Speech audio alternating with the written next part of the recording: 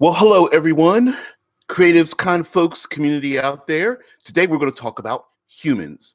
All right, so this show is RPG with DBJ, where we talk about um, Dungeons and Dragons and most other games in a general sense.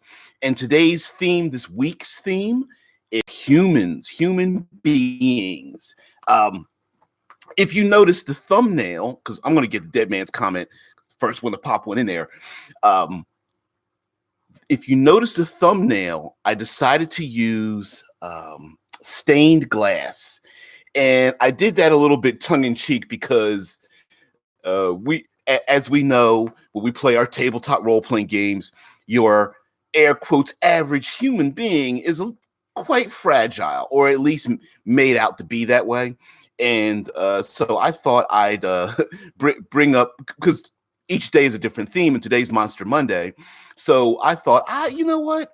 We don't really talk about humans as a collective. And I don't mean just literally biological humans, but like your most insignificant, underutilized, ignored race of people in whatever gaming world you're playing in. So it's in other words, it's just the whole wrapped up thing into just regular old humies. All right, so Dead Man says, check out the comic books. What the hell? Check out the comic books, either Marvel or DC. Most villains are simple humans.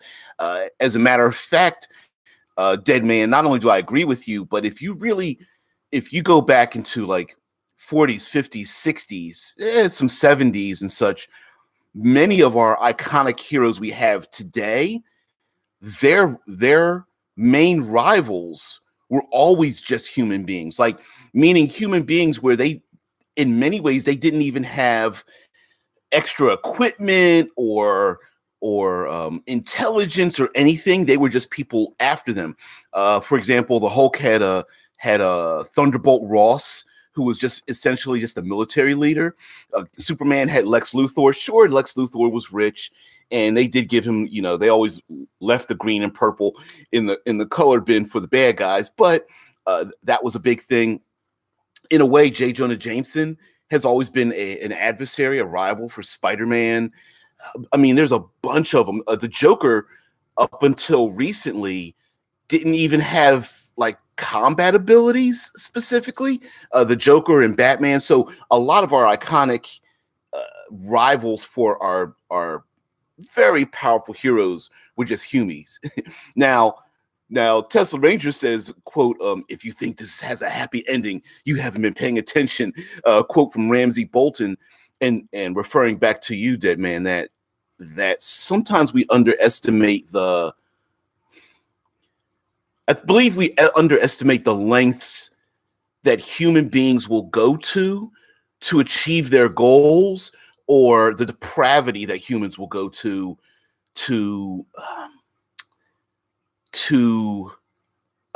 enjoy what it is, or to satisfy a need that they have. Yeah, Deadman says, see the show Gotham for the origin of the Joker. Absolutely. Now, okay, so in a way, some of it is a little bit sarcastic about talking about humans for Monster Monday, and a little bit tongue in cheek, but I do believe that very often what happens in tabletop role-playing games, and even in some other media, that you have your very human stories. Your characters come from a humanocentric society. They are average people. They live in average times. There's an inciting event that causes them to become an adventurer, a detective, a soldier, a wizard, a cyborg, or something. And most tabletop role-playing games, the player characters will advance past the level very quickly, at which normal human beings become a relevant threat, right? So, for example, you play in any superhero game, normal human beings are nothing to you. If you play in any of the White Wolf games from the original edition on, it kind of makes a point that you're playing creatures of the dark, and normal human beings really, for the most part, a small handful of them, unless they are holding, military grade weapons, they're not much of a threat to you. And so, in order to, especially in Dungeons and Dragons, in order to have them as to have adversaries for your player characters, you very quickly move past human beings at all as a threat. As you start fighting a lot of non-humanoid things, and then you start fighting things from the deep recesses of the earth, from things that live on the highest mountains. Then you go into other dimensions, and then even with Cthulhu, you fight things from the far deep. And the normal human beings are basically sitting there as fodder, as background, as yet more ignorant villagers that need to be saved, because they always, I don't know, they always seem to be in the way of the air quotes villagers are always in the way of the bandits that are always on the road. It's almost like they're spawned from the same cabbage patches as the bandits come from. So I'm here to say that 99% of the media that we absorb that has some great writing in it, simply for the fact that there isn't a financial incentive to make non-humans, that most of our greatest stories have humans as the bad guys, and that I believe we underserve just not just how determined, but how brilliant a large collection of human beings can be to solve the problems that exist in their world. And then, because of that ingenuity, that determination to want to live, that can then become the problems that our human characters can interact with. And lastly, I do think that because in role-playing games, a lot of tabletop role-playing games, human beings do not advance up to the levels of many of our player characters. A lot of player characters just ignore them. They're nothing more than a slight bump in the road. They're like speed bumps on the way going through a parking lot, and not much more. So I'm going to, maybe we can try to come up with some ways to make them a lot tougher, especially as a group, and maybe even individually. There's like 3 or 4 that are right off the top of my head, but we're not going to get into those right now. We're going to get into creating situations that make great adversaries and problems, and utilizing human beings. Well, first of all, there is a weird, strange idea that we know that human beings are not a unified collective, right? They're not a monopoly. You don't necessarily, in real life, we don't roll 120-sided and have 5,000 people all act and react the same way. For example, if you go to you walk down the street and you go to your local mall or supermarket or something of that nature, and your player character is a pickpocket, right? No matter how good you are as a pickpocket, you're going to get away with it quite a bit, but there's going to be a slight chance someone's going to see you.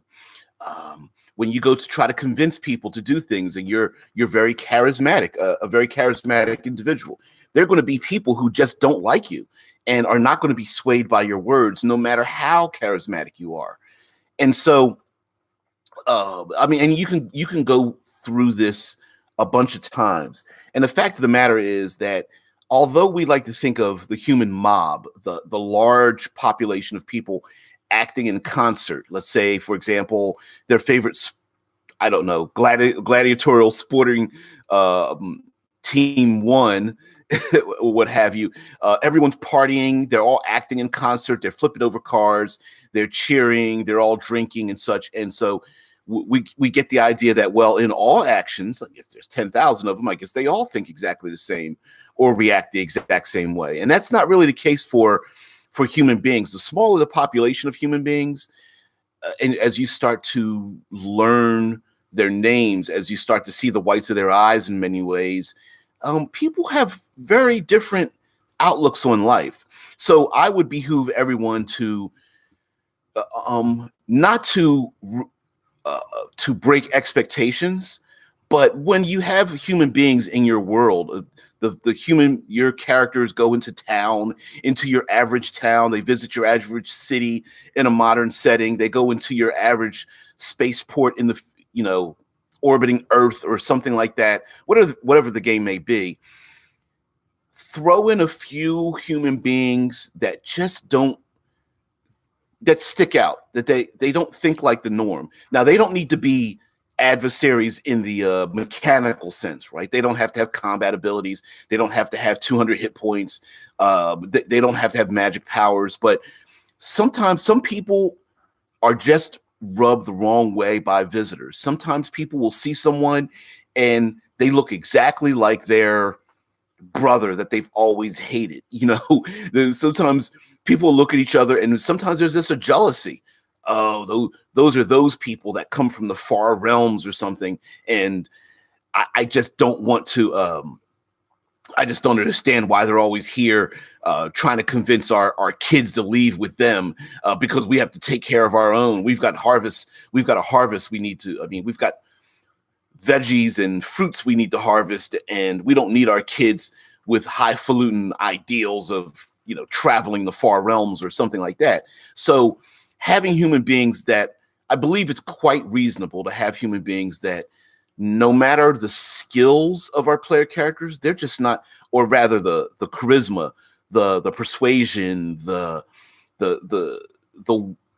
deceptions that our player characters have, that there are some human beings that just will not be swayed. Now, I know that there are people out there, hey, Fat Ninja, what's going on there, man? We're talking about humies, dude. Humies. Yes, human beings. Now, I do understand that by saying that, there are going to be a number of player characters that are players in their characters, and they're thinking, well, as a game master, that's unreasonable that I don't get to make a role to do my thing, right? My character's built around charisma and persuasion and performance and intimidation, and that's unfair that I can't intimidate everybody that I come across. Well, I would say that there is nothing known as an absolute, right? Just as there are not, when go into any find 20 people, you're not going to find an absolute answer to what you want. For example, take a look at Rotten Tomatoes, right? You look at Rotten Tomatoes and you'll see some of your favorite movies and you're like, oh, the Dark Knight movie, and it's got a 98% on Rotten Tomatoes. That means there's at least 2% of the population that doesn't like that movie. You're not going, there are very few opportunities where 100% of the population is 100% on board. And having a few human beings in a city of thousands or more that are never swayed, I think is perfectly acceptable. Now, of course, if you as a game master do not want to insert those individuals all the time directly in the path of the characters, right? You want to give them some human motivations for what it is that they do. For example, even human beings that are swayed by the characters might be temporary. Hey, guard, let us in the city. I know we look like ruffians, but we don't mean any harm. Let us in without having to pay a copper piece and let us take our weapons. And of course, you make your roll. You roll to 18. Game master goes, yeah, sure. Okay. Dungeon master, yeah, that makes sense. But how long does that persuasion last, right? There's many times where we've gone in some place and someone tries to convince us of something, and then we think about it 5 minutes later. Wait a minute, that doesn't make any sense. I don't need to buy this item. I don't need to go to this location. I don't want to be part of this group or listen to this speech or something like that. Never mind. So one way is just making human beings adjust how temporary or how long something lasts when you're trying to convince human beings of one thing or another. Another method is to have a voice of dissent whenever the players do something, even if they get what they want. So an example would be player character tries to convince all the guards to let them through. All the guards let them through, but you have the one guard, like, he's like, hey, Joey, I don't think we really need to be doing this. And he's like, look, I'm the captain of the guard. I say they should be, they should come into the city. And, just have the one guard just say something like, okay, I'll do what you say, but I'm not really feeling good about this. Have human beings act and react, even by giving the players what they want. Have them say things that are the voice of reason, that are the voice of dissent, that do express worry or anger or fear as to what the players want, despite the players getting the thing that they want. Have when the wizard or your armed soldier or something takes their rifle out, or the wizard blasts a spell out of their hands and people run for it, have the human being shout out or say something like why are you such a danger to us, or why are you trying to harm us, or something like that. We thought you were our friends, or something. Have them say and do things that are quite reasonable. Now, Deadman says, or Eclipse Phase, having a standing of 80 plus in one of the social groups gives you lots of leeway for getting into or out of areas. He's bringing up the fact that in this isn't reserved for Eclipse Phase, but this could apply to anything.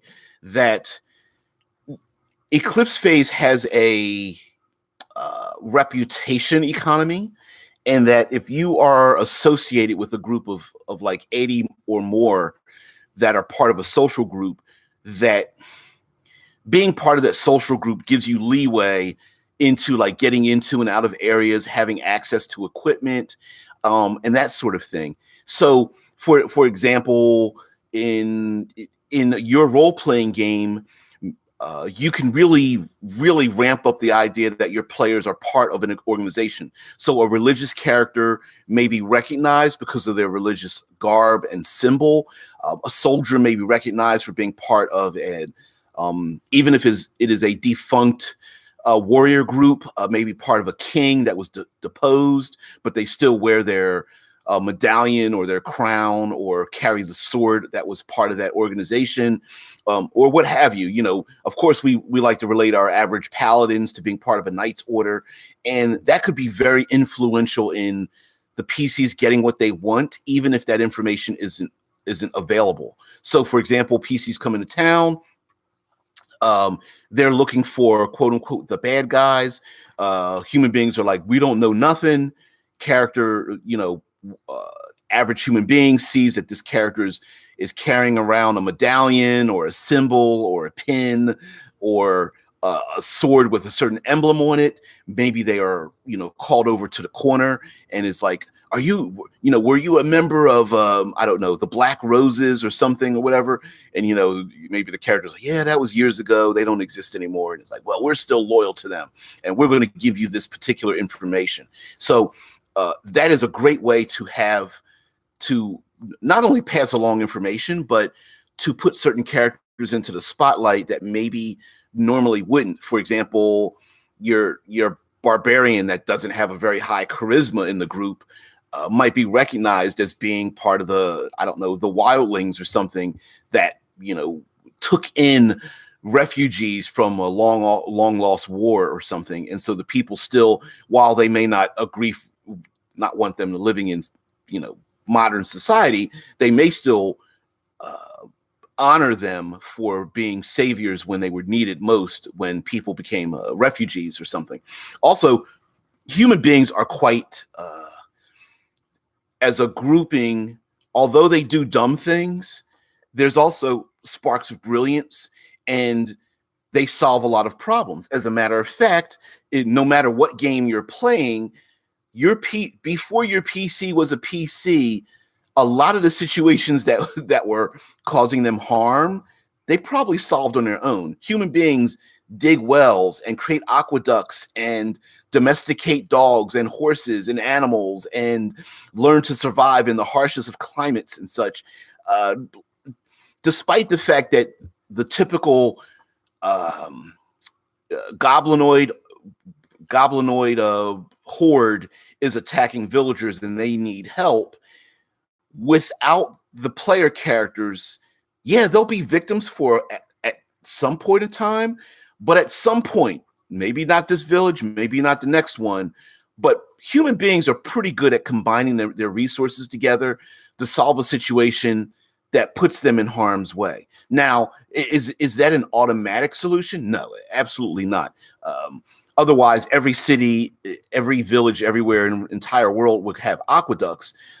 But when someone said, hey, listen, we need water, we live 3 miles away, we need to get the water to us, and walking to get that water is just, it's taking a toll on us.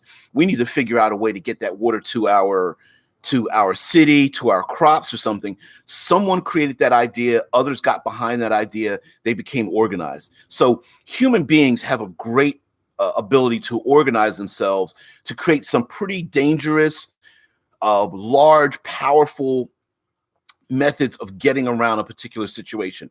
Human beings build rope bridges across chasms that are hundreds of feet deep. Human beings build weapons of war, and human beings utilize, if you want to go way out of medieval, they utilize gunpowder. They learn how to make spy glasses. There are people who are brilliant inside of your humanistic. I believe that you could create things where you have war machines and armored locations and things like that in a city that is being ravaged by your goblinoid hordes. So just having people run around in a village and not knowing what they're doing in a world with magic or psionics or scientific development, I think a couple of times, okay, fine. But at some point, those people are going to get frustrated and go, look, we don't need heroes here, right? We need to figure these things out on our own. So human beings are more likely over time to come up with solutions, even if it's a temporary solution for their situation. So for example, human beings are going to, if they're being ravaged by something outside their borders, they're going to create walls. They're going to lock their doors at night. They're going to have patrols set up to watch everyone and everything. They're going to be paranoid, maybe.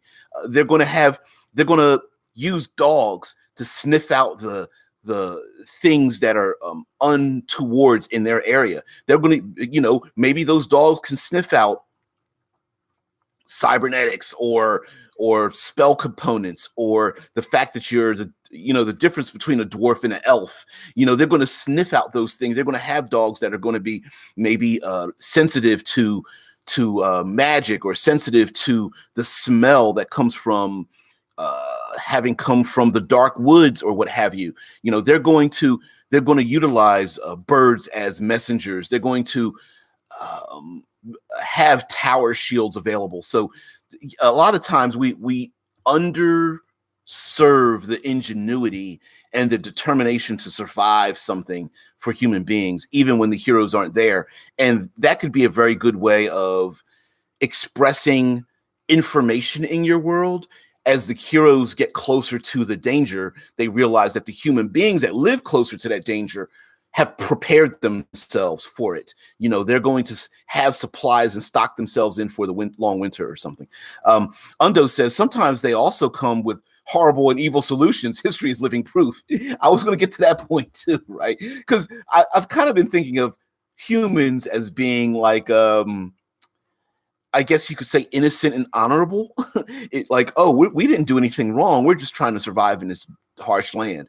Well, the opposite of that, as Undo brings out, is that using our own history, right? They're pretty horrible and evil, coming up with solutions to their problems. Yes, every human being is a hero in their own story, but the rest of us reading that story are just like, really, is that really a solution?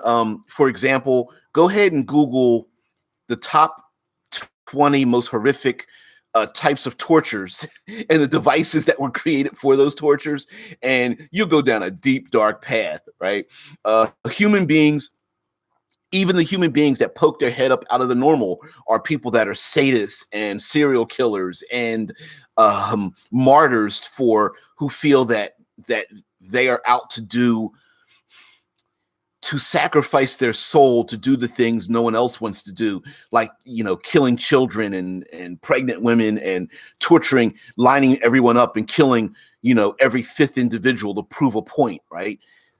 Human beings are pretty horrible and can do some really horrible things to individuals. So again, those villagers that are, we're just trying to hide from the goblinoid armies and hordes that are outside of our city. Maybe the road to that village might be lined with, goblin heads on spikes and entrails strung out like like streamers or something around the village walls, and the people that live there are just shrugging their shoulders like, well, kind of need to teach them a lesson. Human beings can be quite conniving and selfish, and they're thieves. They can be untrustworthy. Human beings can be so selfish that they hurt themselves in their selfishness. Think of, I don't know, a sinking ship, and how many people push all the frail and people, the older people, the children out of their way so that they can be first to be saved by a helicopter or something like that. They're going to be the ones that are, hey, I'm going to feed my family, screw you, and leave people out in the cold, locking their doors and such. And yes, we can also say that, well, maybe my hero should punish those people for what they're going to do, for what they're going to do or have done or plan on doing. But human beings could very well go out of their way. Zev says, my phone didn't tell me the stream was up. You know what? I don't think that's your phone. That's YouTube, really. Usually I open up the stream. Instead of opening it up like 5 minutes or 10 minutes beforehand, I've been opening them up for availability like the day before. So yeah, notifications and things, you can't just be subscribed. Now you got to hit the notification bell, and even then sometimes you don't get notified. It's weird. But yeah, human beings are also, we, in our classic Dungeons and Dragons, our characters go to fight the dragon, they kill the dragon. There's a huge dragon's horde. They need to get the gold and gems and statues and other paraphernalia out of the dragon's horde. Player characters are like, hey, we want to hire some workers from the local town to help us take this dragon's horde. Yeah, there's a pretty good chance there's people are going to pocket some of that cash. Think of how many television shows have we had with the hidden cameras, and people, there'll be a sign that says, please don't eat the food, and a human being gets up and starts munching on something, right? There's when people are not monitored, yes, there is a small portion of the population that has a lot of integrity, and you have an equal, maybe even greater part of that population that has zero integrity. Like if there literally isn't a threat to them doing something, they're probably going to do it. And we have that today, right? Hey, if no one's around and I can speed and drive above the speed limit, well, who the hell cares? I'm going to do it. In a big crowd, who cares if I reach over and take some money? Imagine the idea of a bank robbery, and the bank robbers steal the money, and the money goes flying on a highway. People get out their cars and try to collect that stuff, right? They're not giving it back. So people do that all the time. Zev says, something I always thought was weird was how humans in D&D have no origin.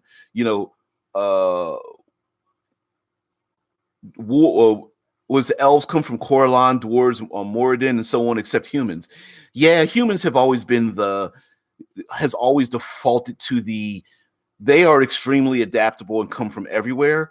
Part of that, I believe, is marketing, because in our world, humans come in different shapes and sizes, and to try to classify every humanistic grouping in a role-playing game, you're going to leave somebody out. And rather than leave someone out, I think it's just because they'd rather just say, okay, um, they're all collectively here and they're all together, and we don't want to make a judgment on what types of humans exist in the world.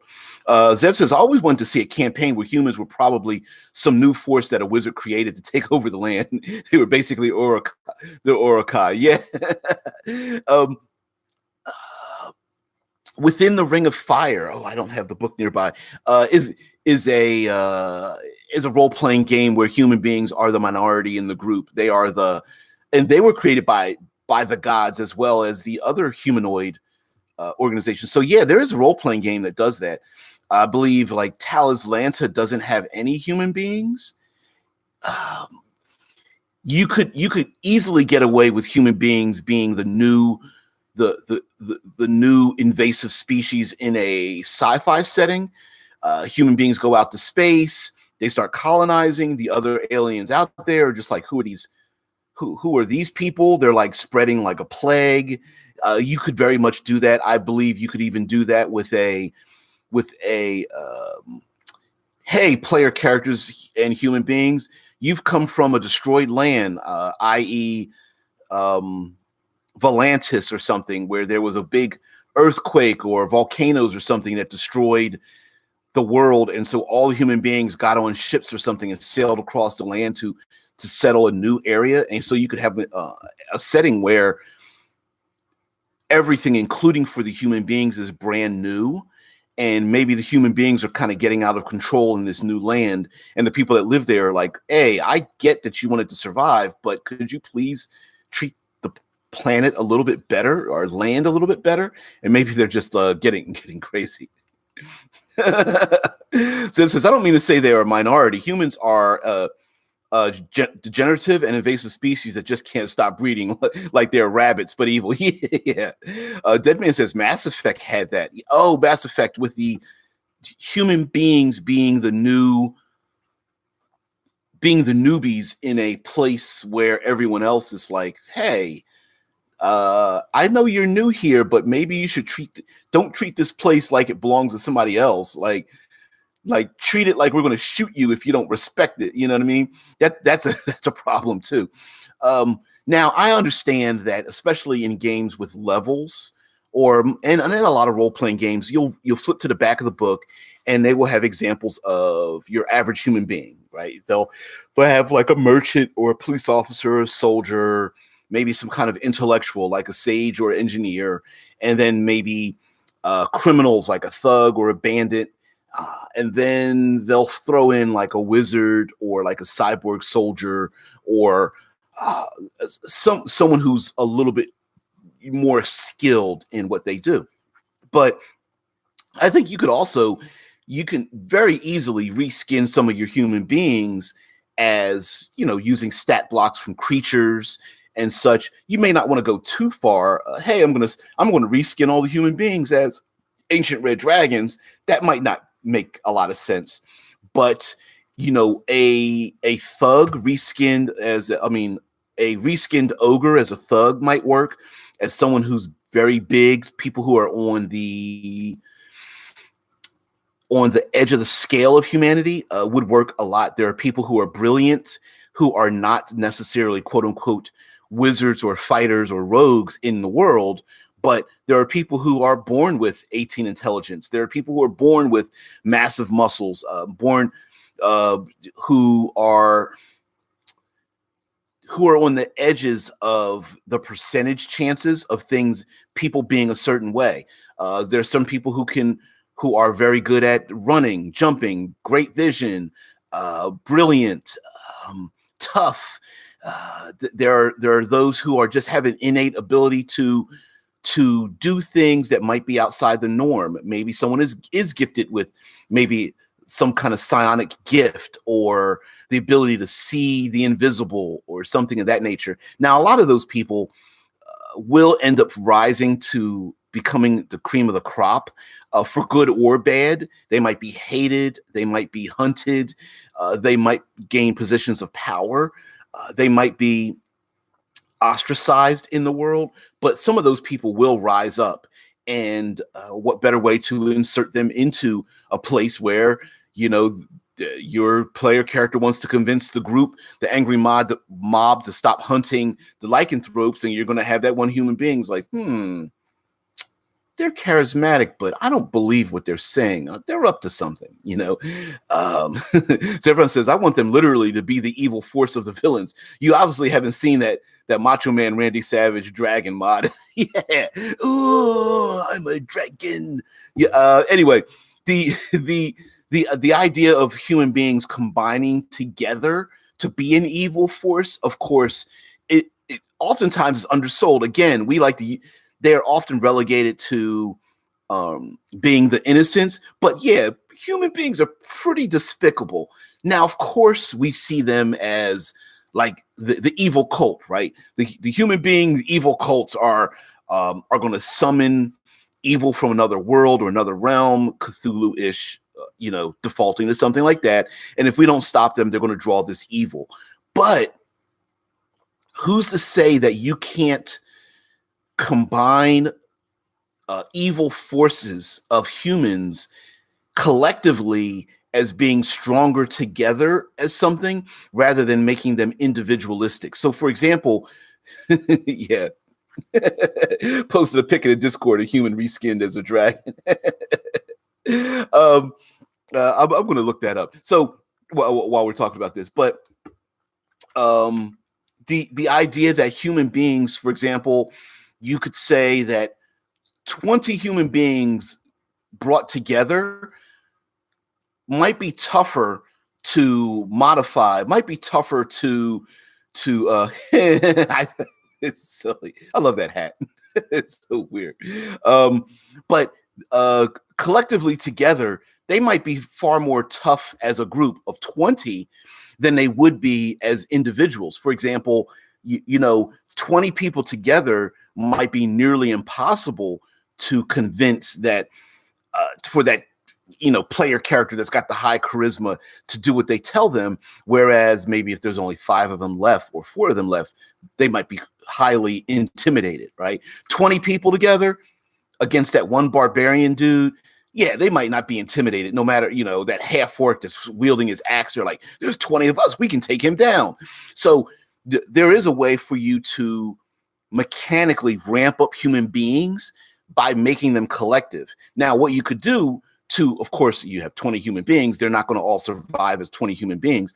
What you could do is every time they suffer damage or suffer some harm or some ability affects them, you start removing some of those human beings. For example, if something has 32 hit points, make them a group of 32 human beings as a mob. And however much damage is done to them, that's how many human beings are taken out, and you have a few of them left. Now, are they going to fight to the death to protect their kids? Probably. As hired soldiers or something? Not at all, right? You get 32 human beings, and in a couple of moments, you take out half of them. They're probably going to run or at least get into a defensive position. But again, that's the way to role play them out. Role play out the human beings. Now, human beings can also be an obstacle as well. We'll get into that in the third pillar, but I'll bring it up a little bit here. Human beings get in the way as crowds, as mobs, as panicked individuals. You as the hero are in the middle of the town, and you're fighting off, I don't know, giants or something that are coming into the town. When human beings panic and they move as a swarm, as a group, as a mob trying to escape, they can knock you down. They can trample you. We've seen the Battle of the Bastards. I, of course, got in trouble for trying to bring that up one time on a video.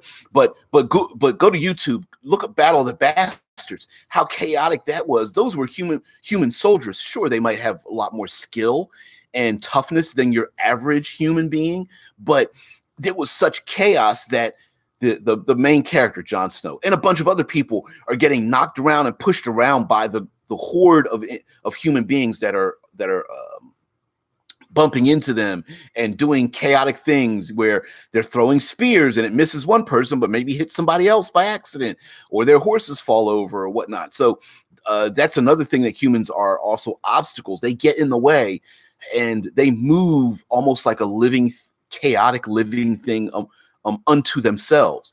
Now, human beings as a motivating force for destruction is very much undersold. I understand why. Easy. Zev's like, speaking of trash fire, how about that last episode? We're not going to get into spoilers on that one. We're going to keep that to ourselves. So keep that at a minimum. But yeah, without George R. Martin, a lot of us are like feeling a little bit underwhelmed, which is a shame. But I mean, let's put it this way: the average chances of something that we love being excellent all the time is a rarity, So at least we've gotten 6.3 seasons of good writing. Yep, Dead Man the Storyteller says Cersei was just a normal human. Yeah, most of the pretty nasty things that we've seen in a lot of our favorite intellectual properties have been just normal human beings giving instructions, giving orders to perform certain actions, no matter how heinous they are, by just rationalizing away what they do. I believe in the movie. Oh, I was going to say King Arthur, but that's not it. The Centurion. Anyway, there's a movie where the main bad guy, I want to say evil person, bad guy leading the army was just a farmer. They were basically Vikings, and it was just a normal guy, and the people in control, and I want to say the Romans who were in control at that time, killed his family. And he was so pissed off. This farmer just was so charismatic and so intent on destroying his enemies that he amassed literally a massive army coming down from the north. So sometimes what we can do, especially when we want to really institute some human beings, is have them motivated by the player character's actions, for good or bad. Your player character is a hero paladin and comes into town. Let one or more of the human beings try to live up to that ideal. Wizard comes into town and casts magic. Let a human being try to study some magical forces, for good or bad. Player characters come in and become murder hobos and kill everyone inside the tavern. Let the human beings start to organize and want to hunt them down to kill them and find secrets and uncover rumors and try to go into lost crypts to find some magic that will finally kill the player characters, right? They're going to do things. Human beings will be motivated to the extreme to achieve what they want, or at least to satisfy their emotional motivation, whether it's revenge or hatred or something of that nature.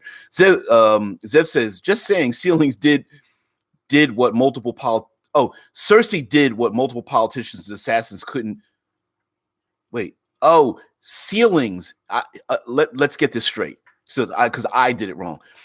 Saying Ceilings did what multiple politicians and assassins couldn't do to Cersei.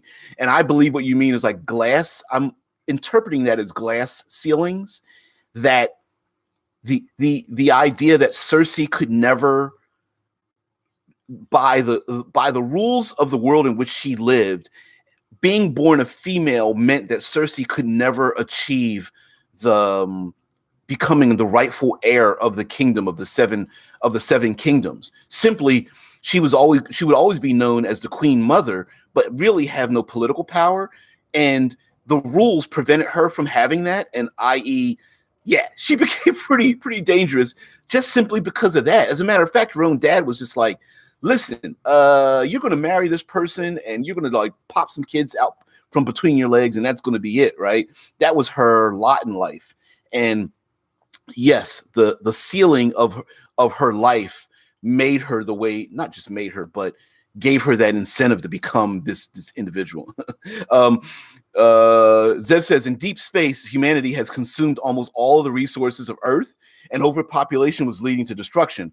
to make up for it, they started planet cracking, ow, destroying planets and collecting the minerals left over from the rubble. Um, no, I meant spoiler, the rubble from the ceiling. Oh, the rubble from the ceiling killed her when politician assassins couldn't. Oh yeah, yes, but I wasn't. Yes, yes, yes, absolutely. Yeah. Um, you meant physically the ceiling. Yeah, I hear you. I just didn't want to. I was making it more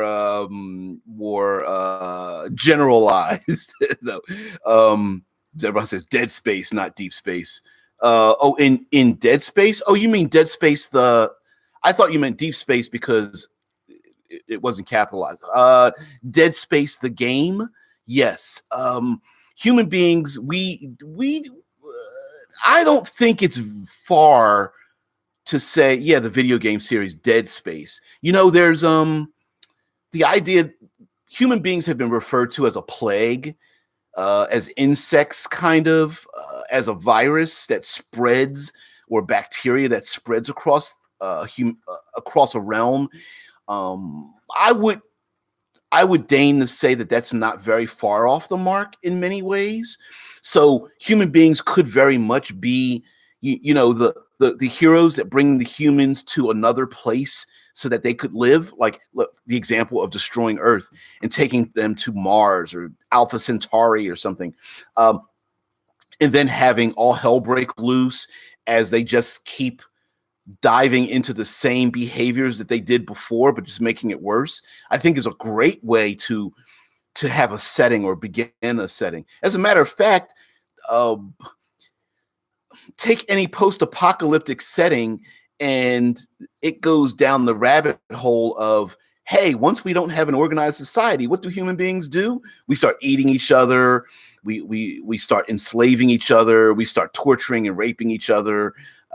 We hold on to the worst of society, as opposed to working together and being a collective, even though we caused our own downfall. So that's a thing as well, where in most post-apocalyptic settings delve into, it's not about for example, it's not about the zombies taking over. It's about human beings being the bad guys. The zombies just are the background of the danger in the world, as opposed to, say, storms or lack of food or something like that.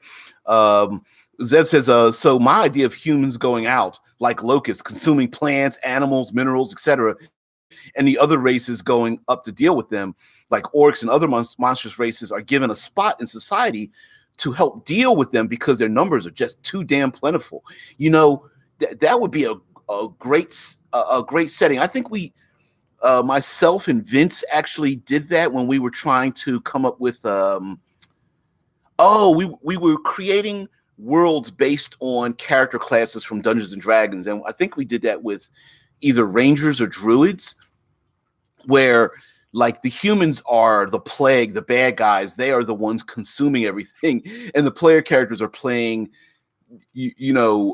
characters and races that are in tune with nature, and the human beings are just like you're saying, like the orcs and other monstrous races are like, we've got to stop them because they just keep breeding, which is true.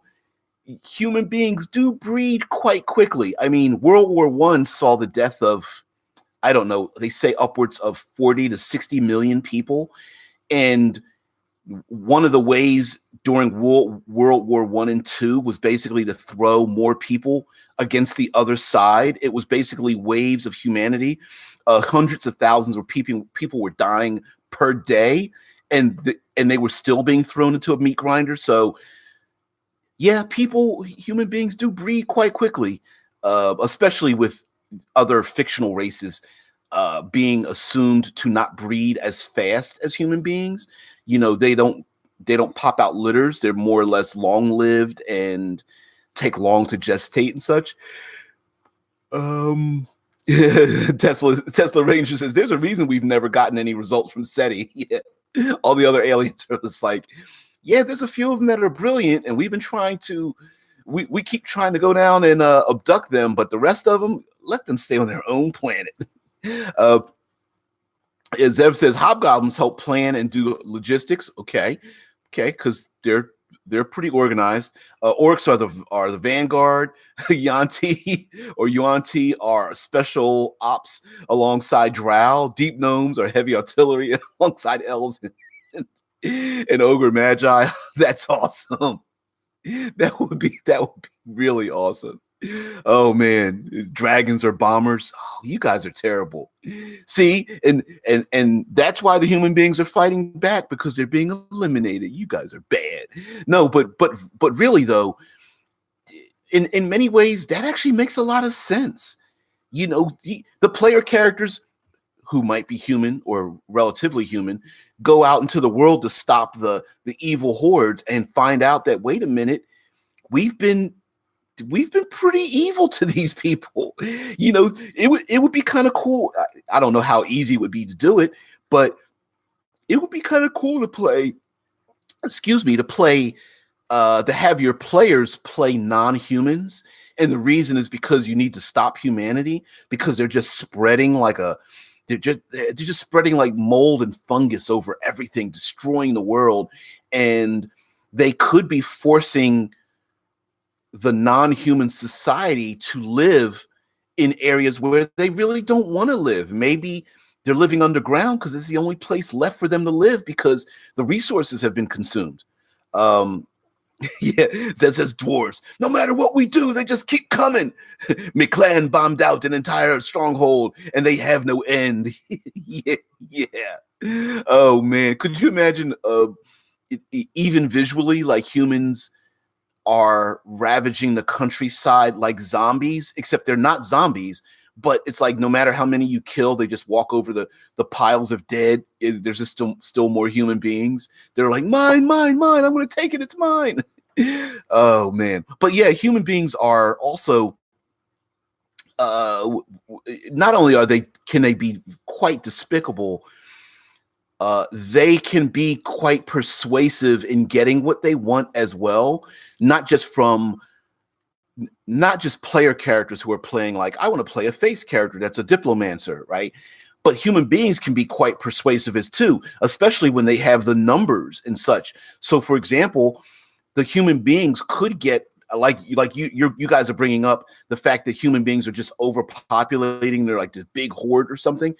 Enough human beings could sway the orcs to turn their attention somewhere else, right? Hey, if you don't turn away from attacking us and help us attack our enemies, we're going to destroy you. And they could very well, hey, if we can't beat them, we've got to join them. So the human beings might be amassing an army of powerful individuals and powerful magics and powerful otherworldly beings simply by virtue of their huge population, simply by virtue of the fact that they're breeding so fast and moving so across the landscape so far that they just can't be stopped. And the human beings are recruiting the dragons, they are recruiting the giants, they are recruiting, they're using oozes and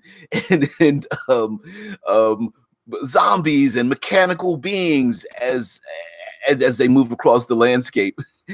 Tesla Ranger says the reverse dungeon D&D adventures. PCs are the monsters protecting their dungeon from the invading humans. Hell yeah. Yeah. Hey, we're holding the treasure. We're just trying to mind our own business, and human beings keep trying to come down into our world. I don't know why they keep trying to do it. Stealing our weapons and killing our pregnant women and children. That's why we set up traps. Try to keep them out. They keep getting past our traps. filling up the spiked pits with a couple hundred human beings so they could just walk right over top of them, over top of the pit. Yeah, Zev says, yeah, why don't you just leave this encampment to us?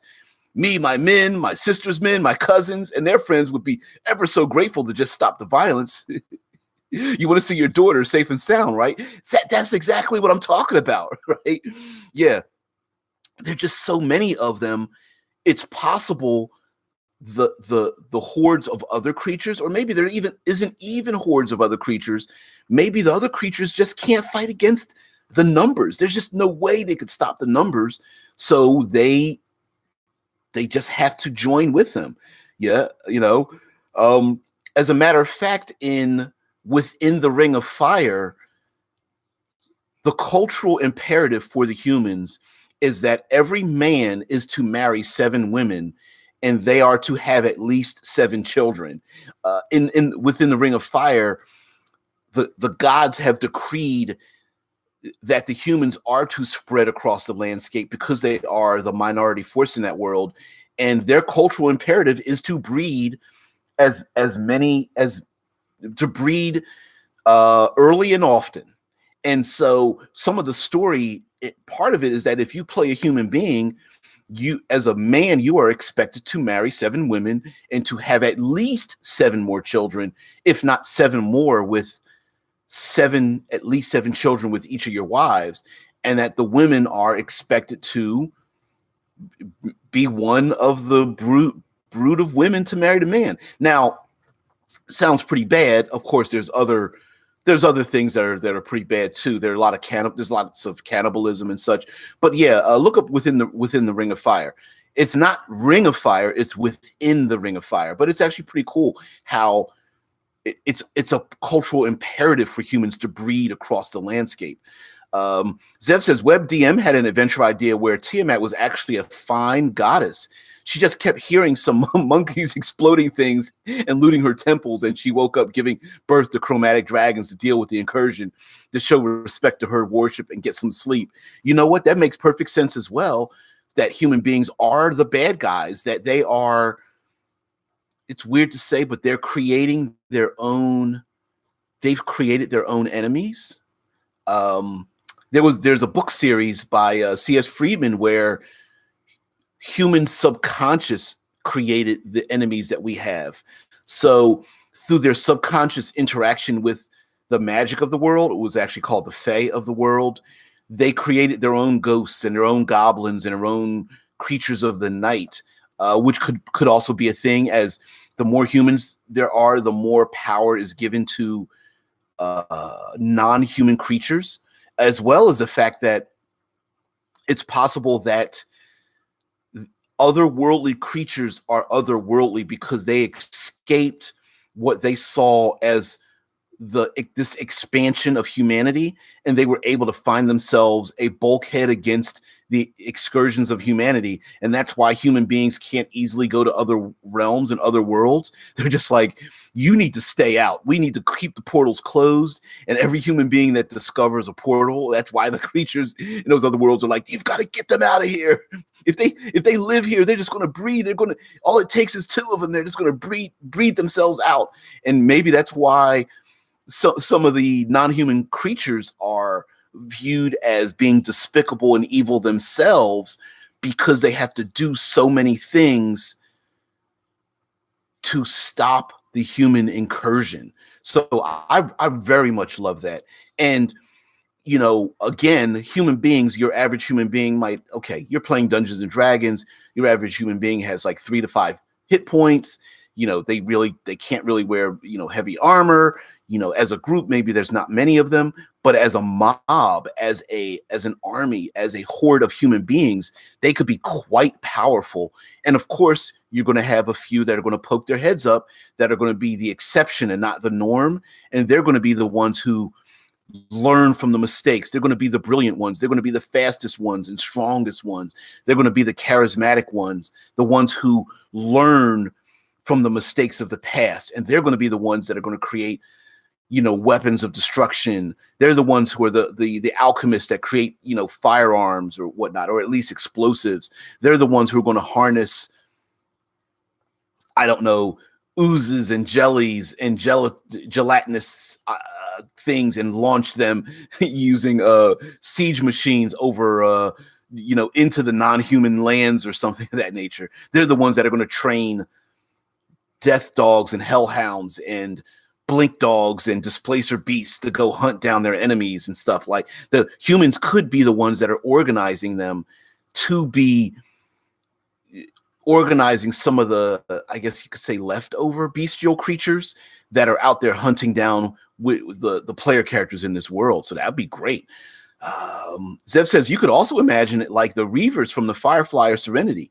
Okay. Yeah. A race created by another race on accident, okay, fueled by their base desires such as rage, lust, greed, competition. The entire race was an experiment, with no beginning besides a spell or test tube, no gods to go to, no one claiming them, no future except for the ones they make themselves, a future of blood, fire, and destruction. I like that. Human beings having no, literally an accident, um, having no relationship, no ties to the gods or this world. I love that idea. I really do love that idea because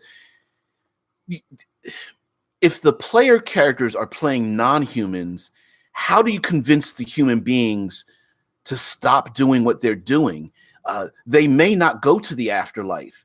They have no blood relationship, like you say, the elves having having blood relation to Corlan, the elven god of Corlan, or the dwarves being built by Moradon, or what have you. Like, they have no place in the world. That could be why they become undead. They die, they have no world to go to, so they become undead. And maybe that's why there are no, or there are very, very, very few, like dwarven undead or halfling undead or gnomish undead, right? Zevron says their numbers were traded. Numbers was traded to given to help the experiment to help offset their deaths. Oh, their numbers were traded to given to help the experiment to help offset their deaths. Nasty. Yeah. Hey, that's why they breed so fast. In a lab experiment, you want the rabbits and the rats to breed fast enough so that when you do experiments with them, you have stock to mess with. So that could be pretty nasty too. Aliens try to uplift apes, get humans, deem the experiment a failure. That's awesome. They're like, yeah, the apes, yeah, we'll take the orangutans and the bonobos and the chimpanzees, but the humans, leave them there. The aliens start abducting the true intelligent species. That would be sick, which would be awesome too, man. Zevron, I love that Tesla. That's really great. I love that so much. Zevron says their ambition is because they have so short of time to do anything, and in comparison, so they have much to accomplish and do things faster and faster. That's been the argument. It's, well, slight argument with why is it human beings in role-playing games have the same capabilities as long-lived races? Or done the opposite way, why are elves and dwarves of the same capability but live 10 times as long? And a lot of that has to do with lifespan, right? It is the fact that human beings, it's, a 12-year-old child is thrown a weapon in a village and saying, hey, we have to hunt for our food because if you don't, you die, right? It's our lifespan is 40 years. You need to get your ass moving and you got to learn now. And if you don't learn, hey, you're just going to die. And so we also seem to ignore population explosion. So yes, there's lots of human beings that die off because the other human beings learn from those mistakes and they learn very quickly. That 12-year-old is going to learn how to throw a spear and take out a tiger or an elephant or an antelope because, hey, we need to eat, right? Zevron says an elf can spend centuries to perfect a painting that a human will make in a day or so and call a masterpiece. Yeah. Not only that, but yeah, Dead Man says aliens are actually octopi. Yeah, they've come here to monitor us, right? The octopi and the squids and stuff. But also, a human being will make a painting in a day or two and create that masterpiece. The elf might only make one brushstroke every month, or hey, that elf may master archery, shooting only one arrow each day, and then contemplating the fact that they shot that arrow, right? A human being practicing archery is going to shoot. They could shoot 200 arrows a day, every day, for bloodying their fingers and, through lack of sleep to become the best archer they can, because if they don't, they'll die. Whereas an elf maybe living in a protectorate or something is going, I'm going to shoot one arrow. Twang. Next month, I'm going to shoot another arrow, twang, because they have the time scale to not be pressured to learn things very quickly until they become associated with humanity. And maybe that's why elves and dwarves and gnomes become ostracized from their own people, because they start absorbing that panic, that need to do something now. Got to do it real quick. Got to do it real now.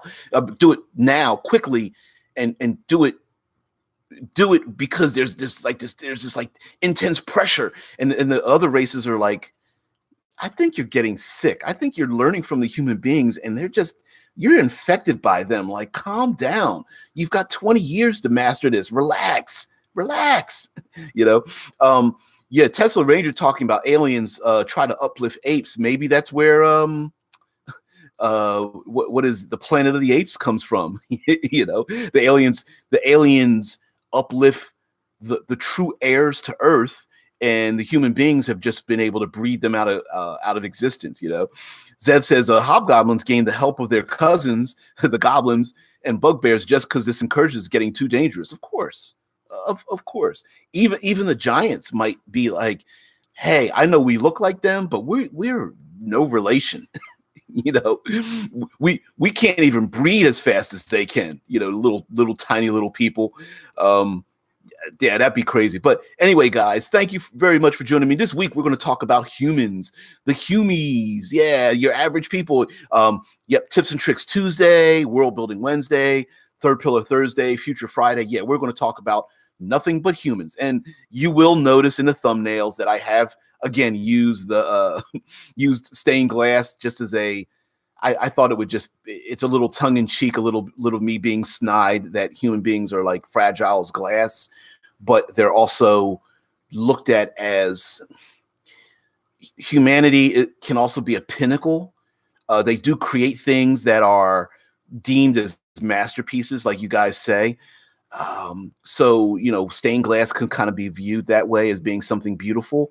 And of course, human beings are like a virus too.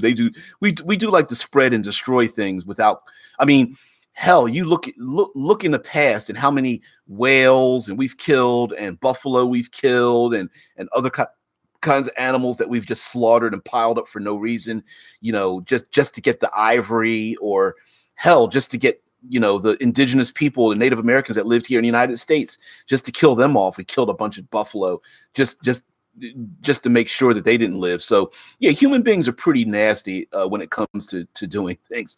As everyone says, in Mass Effect, the Krogan were cavemen like space rhinos, and were uplifted, given nukes and spaceships. Ooh, they bombed out their planet in nuclear fire, and then were used as a weapon against other alien species. After that, they were introduced to sterility plague that lowers their births to 1 in 1,000 surviving. Krogan had it rough. I wouldn't doubt that we would probably be put in that situation by an alien race, right? Hey, we're not going to exterminate every one of them. We're just going to curtail their we're going to sterilize them and curtail their breeding. That's a possibility. You could have a virus that curtails their intelligence, so human beings could get a virus that brings down their basically Alzheimer's through contact or something like that. Yeah, Zevron says Krogan breed a lot and are very aggressive. Yeah, I could see us being that way too. So anyway, guys, got to head off to work. We will talk tomorrow and continue this discussion on tips and tricks. We're going to come up.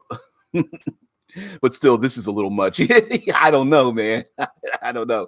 Yeah, they had it pretty bad. But I don't know if coming from a different point of view, I could see aliens looking at us like, you guys need to calm down. There's no reason you need to have 8 billion people on your planet and still have war and fighting and stuff. Wow. You can't even feed everybody you've got, and you keep getting a larger population. Eventually, your whole planet's going to be covered with humans. You're just going to walk over human bodies, and they're just going to be stacked on top of each other. It'd be pretty nasty. But anyway, guys, have a great one. We'll see each other tomorrow. Thank you for joining me. Bye.